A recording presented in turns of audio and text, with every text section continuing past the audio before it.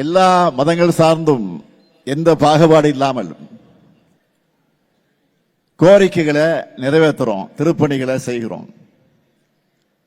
இதுக்கு தமிழ்நாட்டு மக்களான நீங்க எல்லோரும் பக்கபலமாக இருக்கீங்க. இதுதான் சிலருடைய கண்களை உறுத்துது. எப்படி தமிழ்நாட்டில் அமைதியை சீர்குலைக்கலாம், இங்க ஒண்ணுக்குள்ள ஒன்னா பழகிற மக்களை எதிரிகளாக பிரிச்சு வைக்கலாம்னு பலர் யோசிக்கிறாங்க. ஆனா ஆன்மீகத்தின் பேரால சில அமைப்புகளை அழைத்து செல்ல நினைக்கக்கூடிய வழி வன்முறைக்கான பாதை என்பதை தமிழ்நாடு உணர்ந்திருக்கு. இங்க ஒரு கோயில்ல திருவிழா நடந்தா அங்க வர மக்களுக்கு முஸ்லீம் மக்களும் கிறிஸ்துவ மக்களும் உணவு மோர்னு கொடுப்பாங்க.